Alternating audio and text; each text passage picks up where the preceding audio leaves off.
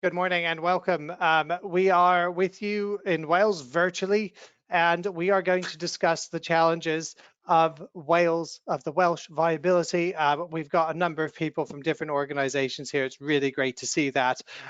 Joining us, we have some expert panelists. To begin with, Aaron Hill, welcome. Could you introduce yourself to those who may or may not know you? Hi, Chris. Yeah, thanks for having me. I'm Aaron Hill. I'm Head of Policy and External Affairs at Community Housing Cymru. So I oversee all our campaign and policy work. I lead on policy areas such as development, economic recovery, those sorts of things. Brilliant. Well, we're going to really be looking to see what you're going to have to say when you start. Neil Taylor, good morning. Would you like to introduce yourself again for our audience?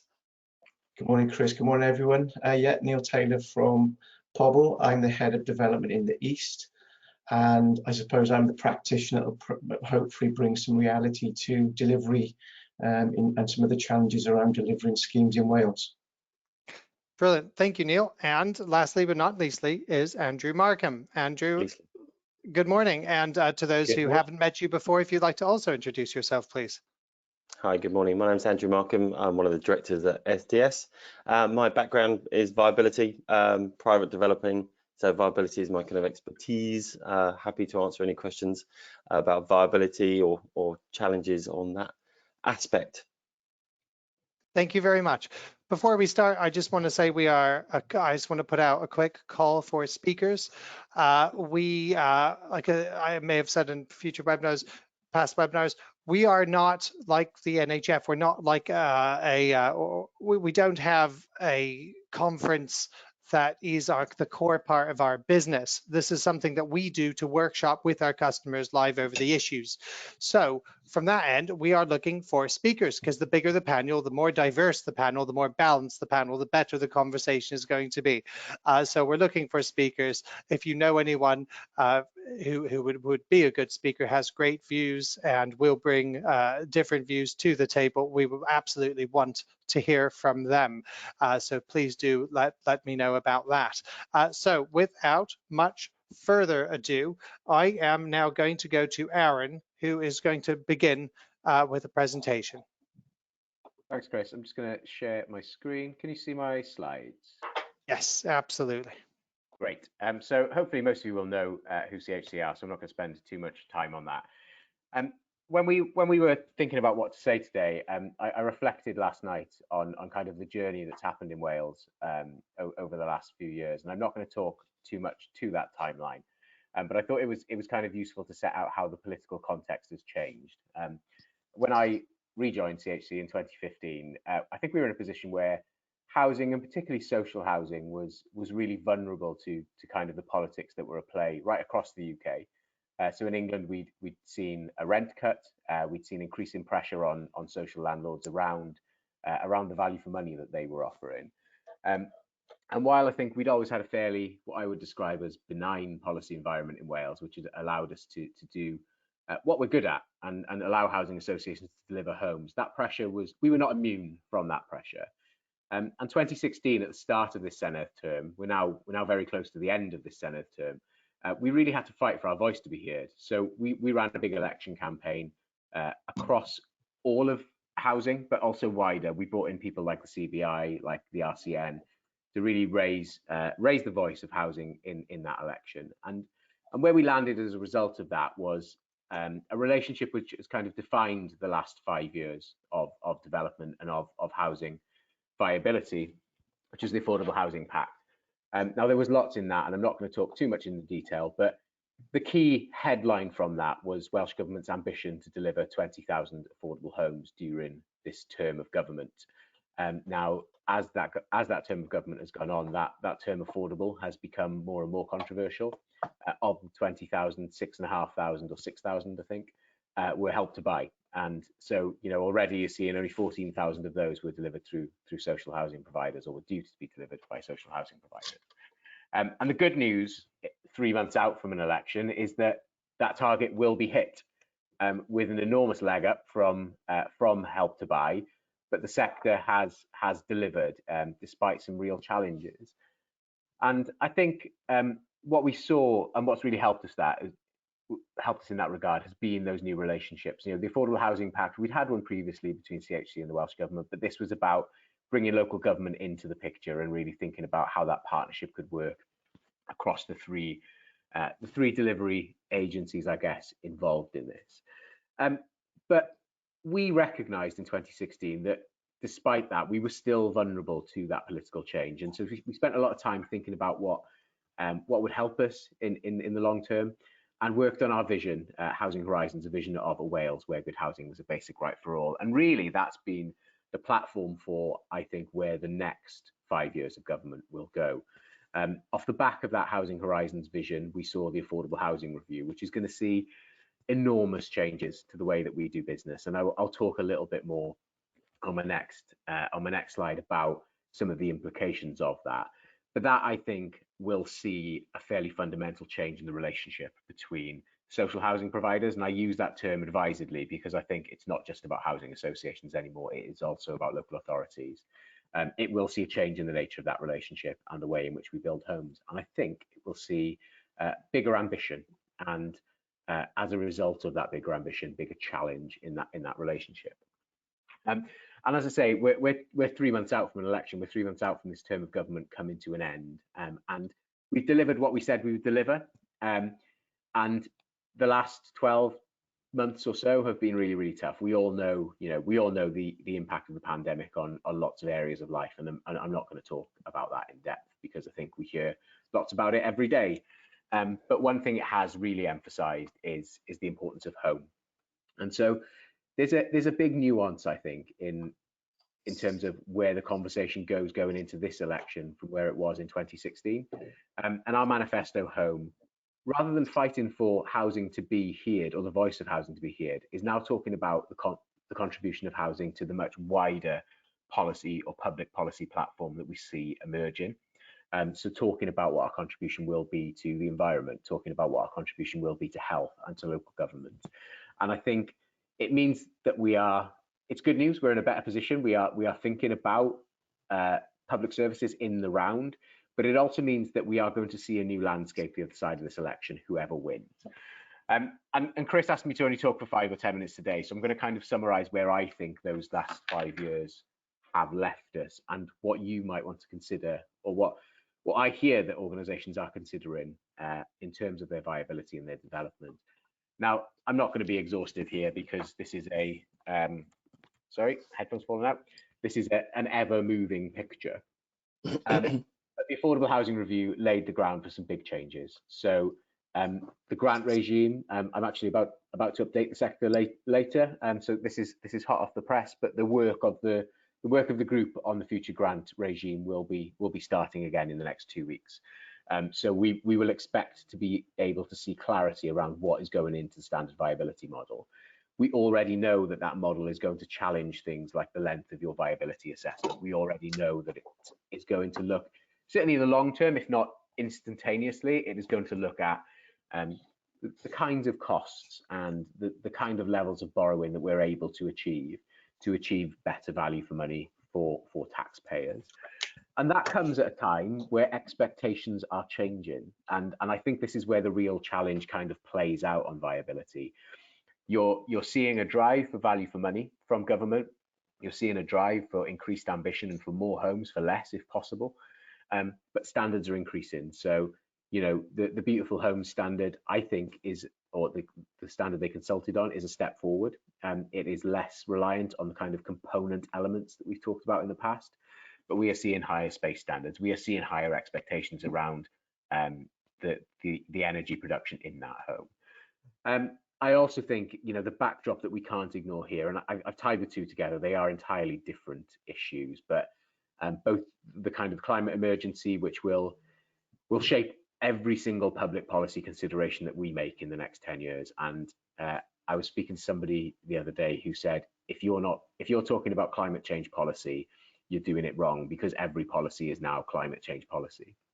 But the climate emergency, and I guess the crisis in safety that we've seen, which has been, I think, probably more of an English issue, but we are definitely not immune from it.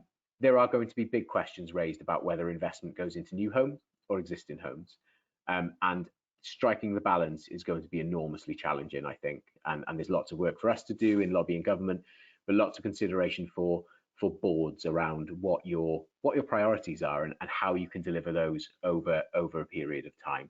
You know, our role is making sure that that funding is available, and I think we're seeing positive noises on both of those issues, but there will be big considerations for people to make. And I think the other element of all this then is kind of the legacy of the pandemic in terms of individuals and their affordability. The pressure on rent isn't going away. We may have a 5-year rent deal, but the politics shift, and I'm confident that we can kind of hold the line on that rent deal, and the minister understands the trade-offs. But with the new government, politics moves everything, and I think it's interesting to see what's happening elsewhere in terms of rent at the moment. You know, Bristol Council, 27,000 tenants just over the border, they've frozen their rents this year. We're seeing increasing pressure from Labour across, you know, in England, and devolved decision making is something, you know, I am particularly interested in, and I think has benefited the housing sector massively. But the politics of the UK always shift what is achievable and what is possible here. So I would expect increasing pressure on rent and affordability over the coming years, and clearly that factors in your considerations about what is deliverable and what is viable. But I don't want to be a doom monger. Those are 3 enormous challenges, but there are massive opportunities. I think the importance of home, as I say, has been really emphasised during this period, and that will shape government policy. It will shape people's ambitions. And I've been working in housing on and off for kind of nearly a decade now, and it was really interesting. Something that struck me yesterday in our home manifesto, we put the ambition out there for 20,000 social homes in the next term of government, which is a step change. It will require a real increase in delivery, and I think it's ambitious and it's in line with need. To deliver that, we reckon about £1.5 billion worth of grant funding is required, so about 300 million a year from Welsh Government. And speaking to officials yesterday, they didn't balk when I said that. And I think, you know, that is kind of a real signal of where we've come from. You know, when I started in housing, we were looking at 70 million or 90 million was a really good year for social housing grants. If we are able to achieve that level of investment, then I think the impact the sector can have over the next term of government will be enormous, notwithstanding those enormous challenges that we face. But as I say, the importance of home has really been emphasised, and there's lots to consider, but I'm confident that we can deliver on what we say we want to over those next 5 years. Thanks, Chris. Wow, that was great. Thanks, Aaron. Some really juicy info there. No doubt we're going to have a lot of discussion over that. I'm now going to hand over to Neil Taylor.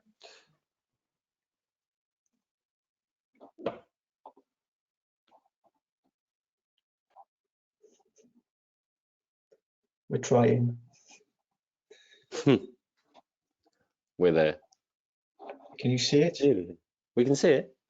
We can, just need a little full screen or not. Where's that? Okay. That's it. Perfect. Yeah, there had to be somebody that gave a technical glitch, and it's always me, unfortunately. Aaron, thank you for that introduction. I think you leave all the doomsday stuff for me. Cheers. So basically, I'm going to sort of take you through what I consider to be some of the challenges in terms of development that are emerging, that are existing, but talk through some of the stuff that Aaron's already touched on as well. So in terms of the content, I'm just going to go through where we're at and where we've come from. I'm going to talk about how we're looking to create our new homes, how we're looking to manage risk and the future challenges, and then looking at what is Pobble's decade of difference making in terms of where we're going to in the future. So Pobble is basically been a merger of Seren, who operated in the east in Newport, and Gwalia, that operated in the west in Swansea. And the business case for merger was a commitment to create 3,000 additional homes over the first 5 years of its merger, which was a real stretch, given that that basically doubled the combined output from the legacy organisations, i.e. Seren and Gwalia. The great news is that we've exceeded the target, and in the presentation I'll be able to tell you about how we've done it, and how we're looking to manage the risk, and how we'd evolve our approach for our next decade of difference making.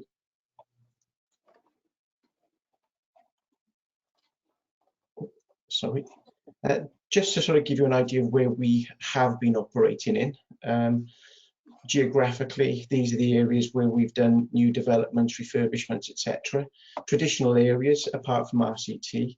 And I think, you know, as we touch on the affordable housing review in the future, in future slides, we'll be able to sort of join up the dots. Pobble are very ambitious, and we're not currently working places like Cardiff, Bridgend. As we go through dezoning, and I'll talk about that later on, it's quite likely that we'll, as I said, join up those dots and operate across the whole of the M4 corridor, and possibly further as well. Just to give you an idea of the tenures that we've been delivering, you can see on the chart we've got LCHO, which includes grant-funded shared ownership and outright sale. We've delivered over 460 homes in the last 5 years, which I think is just a testament in terms of where we've sort of changed our direction slightly. We're still delivering mixed and balanced communities, but our direction has slightly changed in terms of the type of products that we're looking to deliver. So we're all about creating new homes and new environments and new communities. The photo that you can see is of Glenclyn, which is in Newport. And really, this is a scheme that we're looking to work with in partnership with Level.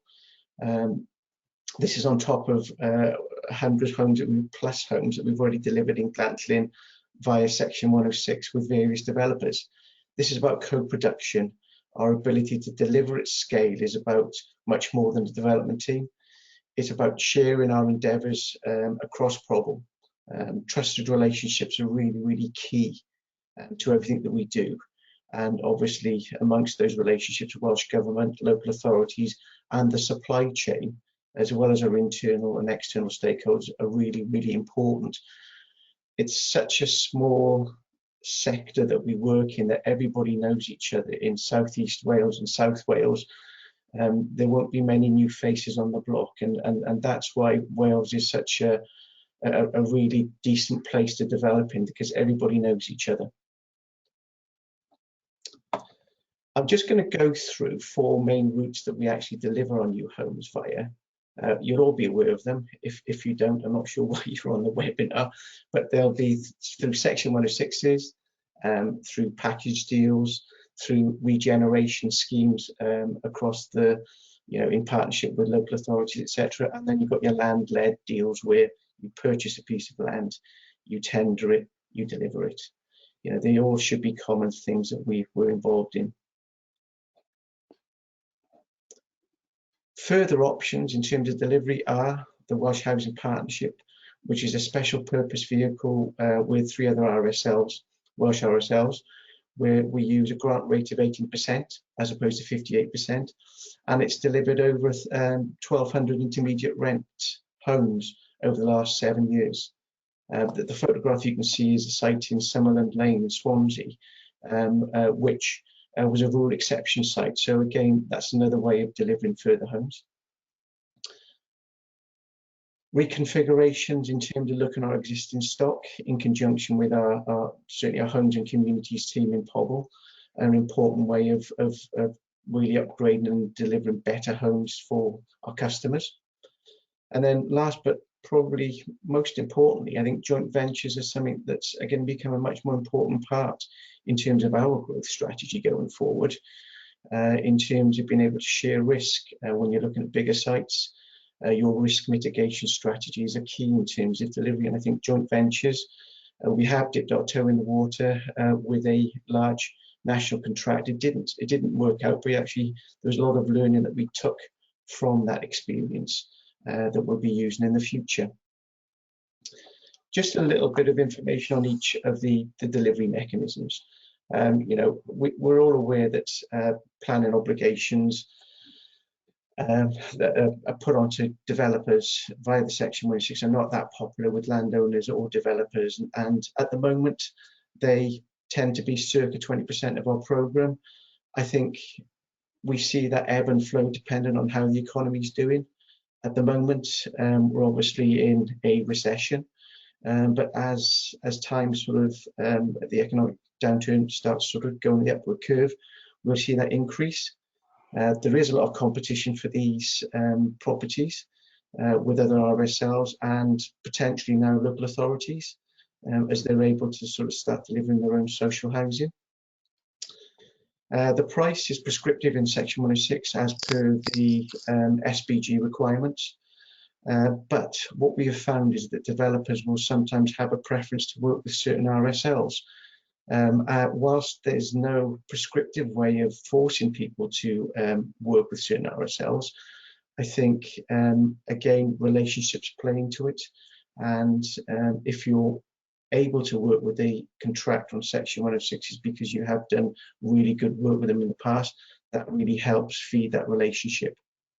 It is a lot less resource intensive in terms of administering the contract.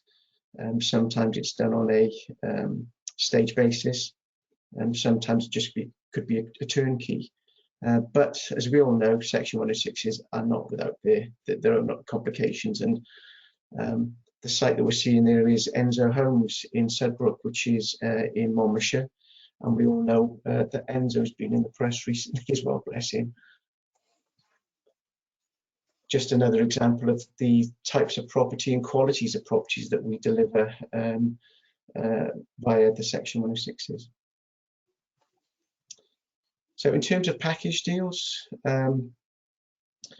it's a route that I've always known since entering into the sector for over the last 20 years.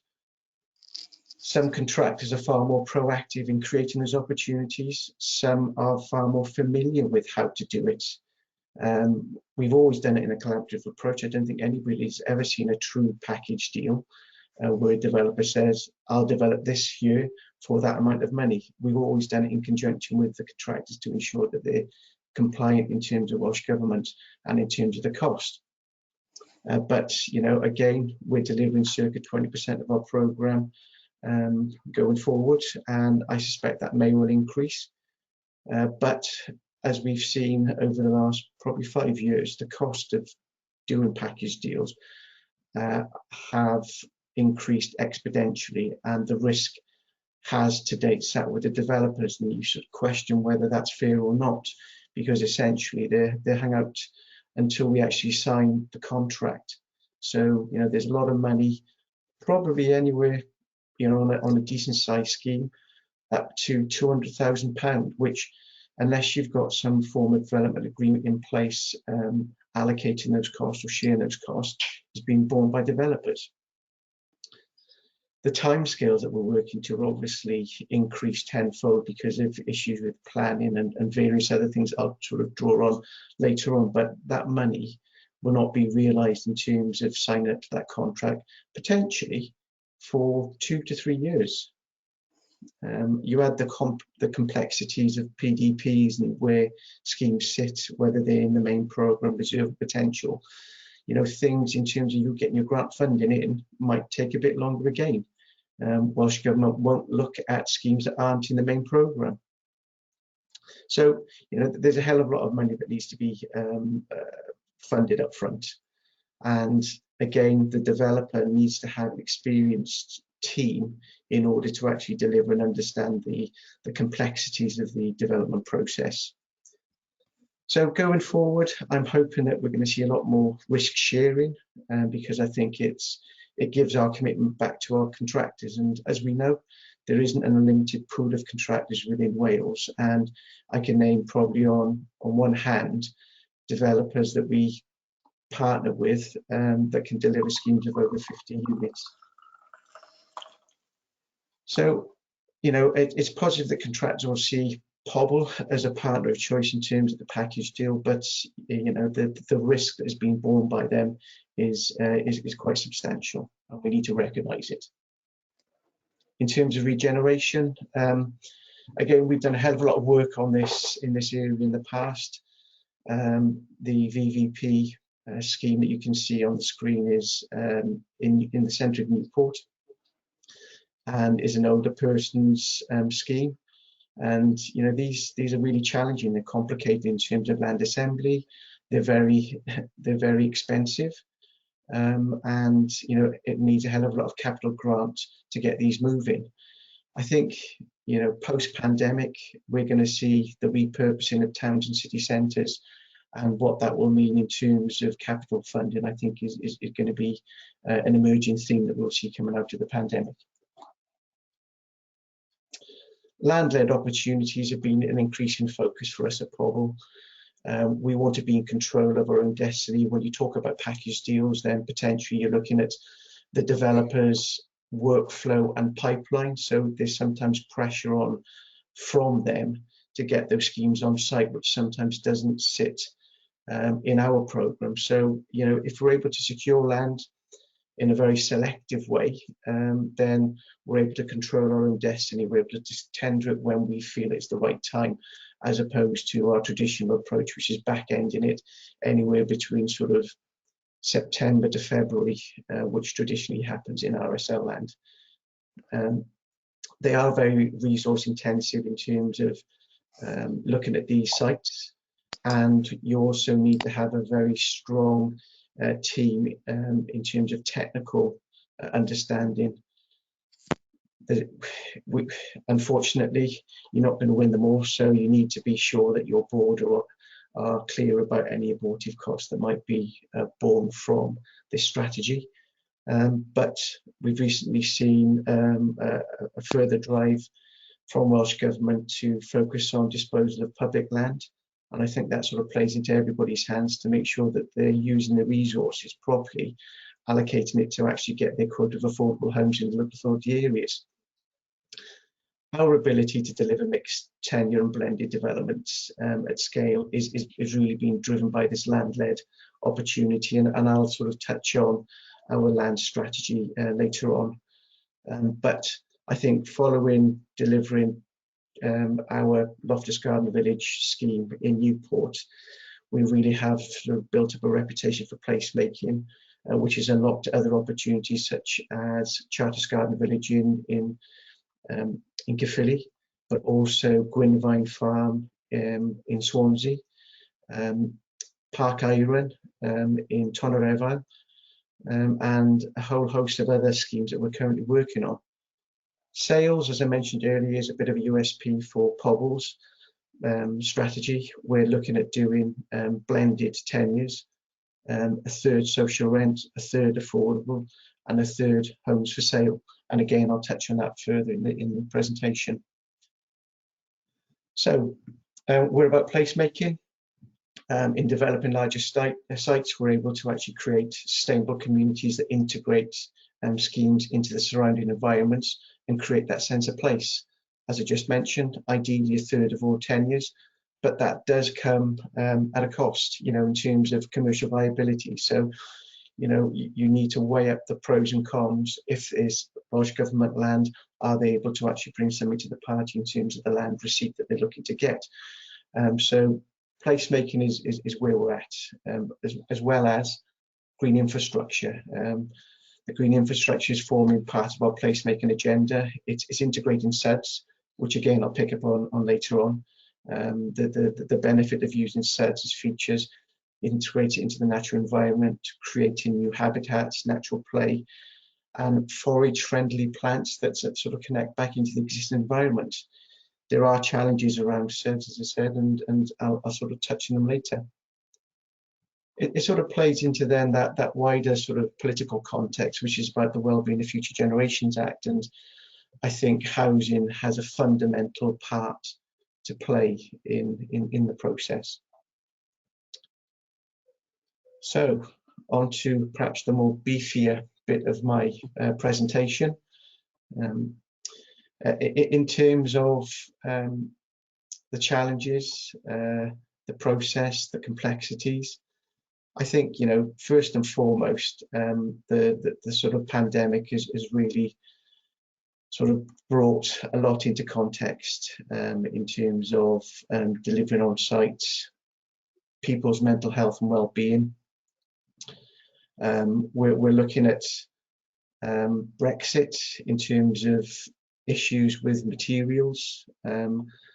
We haven't seen any clear signs that there's an increase in cost in terms of materials, but I think that's possibly been masked with some of the other complications around the pandemic. I'm sure that all of you have seen a slowdown in terms of sites. A number of sites stopped. There are still some contractors that have still got some of their members of staff on furlough, but I think certainly the pandemic has brought everything into a much more focus in terms of what housing can actually deliver. As the economy recovers, I've got no doubt that it's going to be led by housing. Housing is seen as a bit of a catalyst for economic development, and Welsh Government have been clear in showing that in past recessions. SAB is possibly the bane of everybody's life at the moment. Unfortunately, it's been applied inconsistently across a number of local authorities. We're seeing massive variances in terms of commuted sums.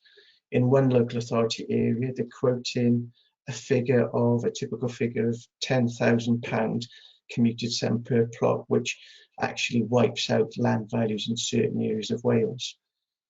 The timescales are completely out of kilter with planning, and you know, in terms of Welsh Government funding, we all know that we need both in order to draw the grant down. SIL, Community Infrastructure Levy, is still applicable in certain local authorities such as RCT and Caerphilly Council. That has a massive effect on affordable homes in those local authorities. When the developer is doing the viability modelling, if there are lots of abnormal costs, unfortunately the first hit is affordable homes. So actually SIL is having a fundamental impact on delivery of affordable homes in Wales. Changes to Partel are there on the horizon. We don't know the precise detail yet, but the increase in energy efficient standards will have a massive impact in terms of cost, which potentially makes it less attractive for some of the national house builders to build in Wales, as does SIL, as does SAB. So these are all having an impact in terms of our ability to deliver any homes in Wales, let alone affordable. I think we're all seeing that the planning system is creaking. Through austerity, I think we've seen a number of more seasoned professionals retire, and less experienced staff sort of stepping up to a more senior role, and perhaps not having the confidence to knock back challenges from some of the consultees such as highways. There's obviously the politics that are always being played, which sometimes shouldn't be played in terms of what we're looking to do as associations. The LGP process is in a bit of array because of COVID in terms of the timescale, so that's left a number of local authorities without adopted plans. And last but not least, I think the Minister calling in schemes hasn't helped at all. And that's created an air of uncertainty around delivery for all developers. I think local authorities and the retained who have retained their stock are obviously looking to enter into the marketplace, and that's going to create a lot of competition for ourselves in terms of grant. In terms of quality of the product, I think what I've certainly seen over the last probably 5 years plus is that there's a massive skill gap, all the way from trades to professionals, and unfortunately construction isn't seen really as a sexy industry, and working in a call centres, perhaps seen as more a better way forward. But I think there's work that certainly the RICS, the CITB and other colleges are looking to sort of promote the different functions that we do within the construction sector and within the housing sector. You know, the good thing is we're fortunate in Wales to have a government that really cares about affordable housing. And you know what certainly our housing directors try to do is to maximise the amount of grant that's available. And you know, as we'll see over the next few weeks, what money might be provided from other funding streams within Welsh Government into housing, we're able to usually spend all of that money and a bit more. I think certainly within Pobl, we've had to look at how we bridge grant funding with oversubscribed programs in the PDP. Then obviously that puts a hell of a lot of pressure on how much money can be spent out. And Welsh Government certainly changed the direction in terms of what they will or won't allow into the main programmes over the last few years. Welsh Government have brought out great initiatives such as the IHP, which I'll touch on later, and certainly the land loan scheme that allows us to purchase land at a low rate, whether they be mixed or just social rent. And that's really helped us secure land opportunities and plan our programmes going forward. Going on to the affordable housing review, which Aaron touched on earlier. I think I just wanted to touch on a few things that are emerging from that dezoning, coupled with obviously stop retaining local authorities going to increase competition. Now, I think that needs to be in a very controlled way, and I'm sure that local authorities are discussing how they're going to look at dezoning in the future, but that will certainly or potentially could open up the floodgates in terms of what RSLs are operating in which areas. The standard viability assessment model is something that is being born out of the Affordable Housing Review, and I think the expectation is that we're going to be delivering more for less. That's an interesting one because, you know, I think a lot of the sites that we have traditionally dealt with are problematic sites that haven't been developed because of those very reasons, whether it be abnormal ground conditions, etc., etc. So I think the expectation is that we're not going to be drawn on as much grant, but we'll just have to wait and see how that's going to sort of play out. The role of the local authority going forward is going to be an important element. I think the PDPs are a really important piece of work, and hopefully the local authority won't lose too much control in terms of where they sit in that process. The Beautiful Homes and Spaces Standards, absolutely fantastic idea. I think that the one thing that I can see is that Welsh Government are looking to use that as a standard throughout all house building in Wales. And whether that's commercially viable, I'm not sure. You know, if you take a typical two-bed house builder's product against a Welsh Government typical DQR nominal standard, they're probably in the region of about 25%, 30% smaller.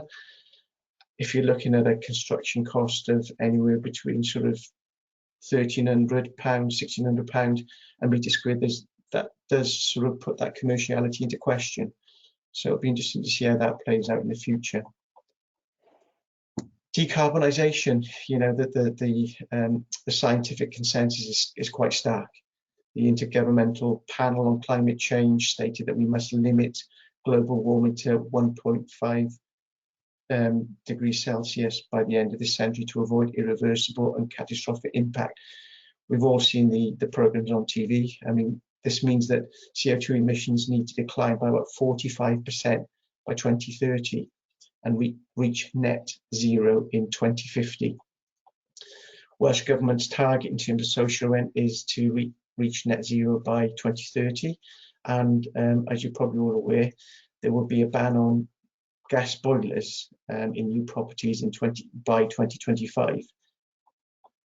So Pobl have got an emerging decarb strategy. It's a holistic strategy covering all areas of our business, not just new build, but obviously new build and existing stock are a really important part of that strategy. The longer term implication of introducing new technologies need to be thought about in terms of our customers, our suppliers, our installers, and certainly the people that end up maintaining it. The IHP4, which was released last October, I think it was, we've got a couple of schemes that we're looking to take through under that initiative.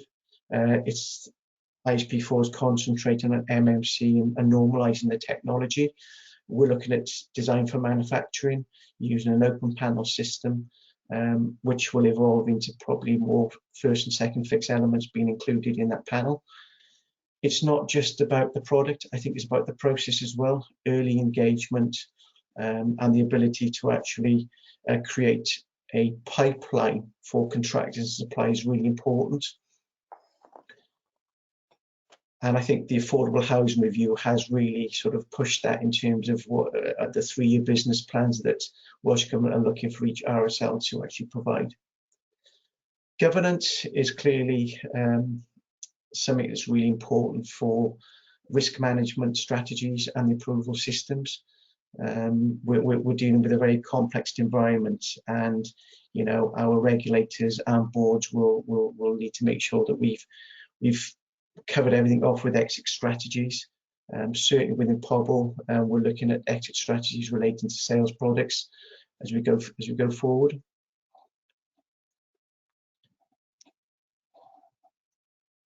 Okay, sorry, I'm going backwards, not forwards.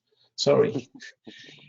into our ambitions. So I'm just sort of round off where we're going to. I think the first two points, placemaking and carbon cutters, are probably the most prominent ones that I want to sort of talk through.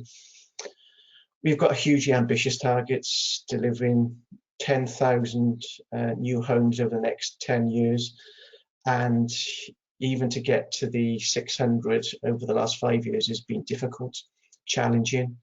I think the environment that we work within is always changing. We're used to, we're quite a resilient bunch as development. We have to be, because our life changes on a daily basis, and there are always challenges out there. But certainly our target of 1,000 homes over the next 10 years, 1,000 homes for the next 10 years is really going to push our team. However, under our decade of difference making, we really do believe in the trusted relationships. We need to make sure that we're looking after our supply chain, and we've got a framework out at the moment where we're looking to sort of work a lot closer with our supply chain in probably the most meaningful way that I've ever seen before. Team structure is hugely important, pre, post, managing quality on site. As I talked to you before, the ability for schemes to come over on time to the quality seems to be slightly more removed from where it was perhaps 15 years ago. Placemaker design, hugely important for us, innovation, and certainly that technical due diligence as we move forward into those land-led opportunities is hugely important. And as I just mentioned before, relationships, it's all about relationships. We all live in this wonderful small place called Wales. We all know each other, and I think probably the relationship things needs to work across RSLs. We've teamed up with a number of RSLs in the past, and hopefully that will continue and strengthen as we move forward. Chris. Excellent. Thank you, Neil. Wow. You're welcome. Threw that together quickly for us. Yeah, that was. Yeah, sorry if it's a bit heavy. I sort of did a bit of a whistle not at stop all. tour We and all of that, welcome and it. Thank you. I'm hoping that people have got some more sort of questions around some of those areas, because there's a hell of a lot more detail in some of those key points. Definitely. Well, let's get into it. So let's open up for questions. Fire them in. I see you all there. Let's talk. Andrew, you have something to say, don't you? Oh, of course. I've always got something to say. Yes. Hi, Neil. Thanks. Wow, that was a lot longer than I thought it was going to be from yesterday. That was good. It was a lot of detail there. One of the main things I want to ask is, so obviously we support Wales with ProVal and Sequel. and viability is important. So how does this new model with the Welsh government coming up with, how's that impact on your kind of thinking going forward? That's one question. And then and do you know what they're putting on in that? Do you understand what the matrix is going to be that you've got to set it against? And then how do you deliver more for less? You indicated that the grant levels probably won't be enough to support you delivering 20,000 homes. So how do you think that's going to happen going forward? I think probably I can deal with some of the question, and I'll probably chuck it back over to Aaron in terms of some of the viability modelling that's been going on in the background. But I think in terms of Pobl, we've used Proval for the last 5 years plus, and it was introduced really because it was our old traditional viability model wasn't fit for purpose. We're delivering more mixed communities, blending our schemes, and the old Excel spreadsheet probably wasn't sophisticated enough to deal with it. So, in terms of going forward, we'll twin track our Proval model against the Welsh Government. We've got certain parameters that we would need to sort of tick that will be dealt with via our Proval model. And certainly CHC have been working with Welsh Government to sort of standardise some of those inputs. And I'll chuck this bit back to Aaron in terms of what work has actually taken place, because I think it's still undergoing at the moment. Yeah, thanks, Neil. There are still some unknowns, but it's probably worth reflecting on kind of the journey that we've been on. The Affordable Housing Review recommended a much more competitive model of bidding, akin to, I think, what's happened elsewhere in the UK at points. And there was a real split, I think, in terms of housing associations in Wales and what they thought would be appropriate. So standard viability model has kind of come through the middle as the third way between that sort of raw competitive commercial model of each deciding what the minimum level of grant you can require on this site is, and the fixed model, which people have told us is inflexible, but also has lots of benefits around certainty. And so the idea of the standard viability model is that basically the only assumptions that will be varied are your costs in terms of land, build costs, and the rent for that site. So Welsh Government are working at the minute to develop a set of standardised assumptions on things like the cost of borrowing, on things like the length of that term of viability, on management costs, on rents, and on bad debt and voids. And the idea is that they will be fairly challenging. So, I think they're working off some of the assumptions based in our global accounts to look at what will extract a bit of further value for money from the sector. That work basically has hit pause as a result of the pandemic. So when I mentioned the co-design group coming back together, myself and 5 reps from the sector, 5 reps from local authorities sit on that group. And we will be discussing what those assumptions look like and consulting with the sector in March, so we can bring a bit more of a colour to that, I think, once we know. What we do know is that things like the length of viability assessment, that will be longer. So, we've heard 40, 50 years mentioned. It's not going to preclude associations from doing their own viability models. Clearly, you are going to have to make your own assessments about what works and what level of funding would fly for you. But there'll be an interesting 12 months, I think, from April, because standard viability model will be used for both local authorities and housing associations, but it won't launch for housing associations until April 2022. It's actually launching for local authorities in April 2021. And during that 12 months, associations who are applying for grant and receiving the 58% fixed rate or the lower rate for your kind of intermediate product will be told that site will be assessed against the standard viability model and the assumptions that got into it, and they will be told what they would receive under the new regime. So there's going to be kind of 12 months of building that picture of what that's going to do to your grant rate. Now, I'm not going to put a number on it or a specific number on it or speculate, but some of the early work has put kind of average grant rates out at about 49, 50%. So it's not a million miles away from where we are. But if the system works, and I think this is one of the real challenges, if the system works, it should flex to your more complex sites where there are additional costs, it should absolutely be recognizing that there is value in those and giving you a higher grant rate. But if you work in an area where perhaps more commercial is possible, or there are higher rents, for example, then it will flex out the other way as well. So what we might see is a lower average grant rate, but hopefully a system that is more responsive to the needs of individual sites. Okay. So, Couple of Andrew, questions. just come back on the less for more. So what we've been able to do over the last probably 10 years is deliver these mixed communities where we're using shared ownership, where we're using grant funded shared ownership. So shared ownership where we're looking for a discount, say 15%. So what we're saying is that we're able to deliver more affordable homes through mixing and blending those tenures and that viability model where it's cross-subsidizing and sort of feeding that money back and forth to make an overall scheme work. And that's going to be an important sort of methodology going forward, I'm sure is in the thinking of the standard viability assessment that Aaron just outlined as well. So on the local authorities coming into that assessment for the first year, then local authorities have a lower borrowing rate than traditional RSLs in Wales?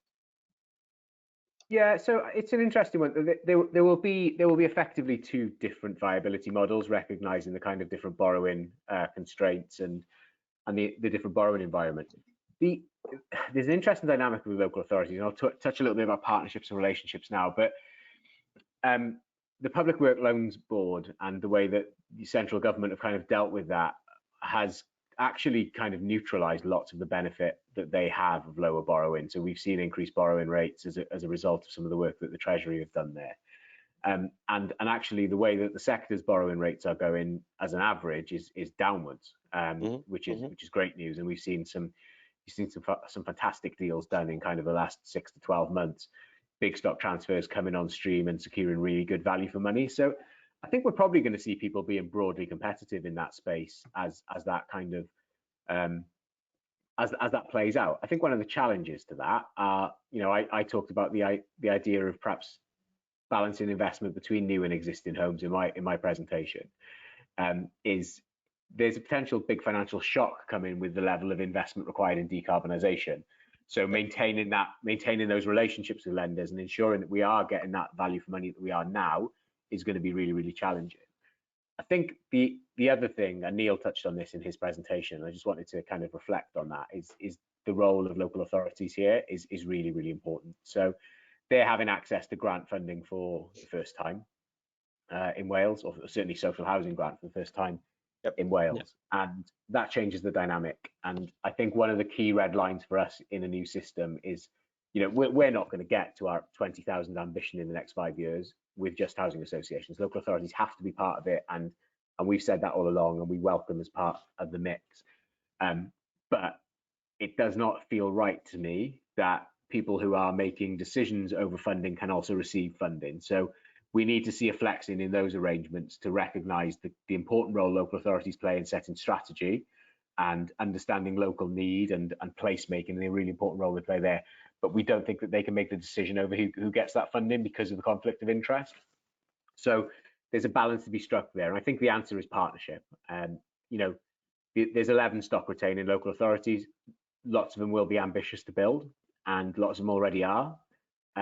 There are others who might want to do something different. There's a story last night in Gwynedd, where Gwynedd are looking at, as a council, buying up second or empty homes and possibly becoming a landlord again themselves, or possibly working with local associations. So there's this dynamic there where I think we need to grasp the nettle now with partnership, or actually 5-10 years down the line, the potential for challenge in terms of those relationships becoming competitive or becoming confrontational is perhaps in the distance, but the work needs to be done now to bring people into the tent, I think. Chris, can't hear you. Apologies, I muted myself. My cat was screaming. Yeah. We've got some questions I'm going to go to now. Right, so the first one, Will Davies, thanks Neil. Interesting to hear the land first approach. Are you looking to deliver these under a collaborative D&B package or through a standard approach? I understand that WG are not keen on package deals moving forward. Well, I think, you know, we're open to a variety of different ways. You know, it'll depend on the size of the site. It'll depend on the strategic importance of that to the local authority as well. So, you know, like package deals, Welsh Government have always said that they don't like them. I still don't understand why. I think it was born from Thai Cymru days, where they were basically what was a real package deal brought to them. I wasn't in the sector then, so don't blame me. But certainly they'd rock up where a developer would rock up with a preconceived plan with planning permission, have those, that's a package deal. Well, that hasn't been the case. It's never been the case since I've worked in the RSL sector. Package deals now are about collaboration in terms of what we want to deliver, making sure that they tick all the boxes that Welsh Government need.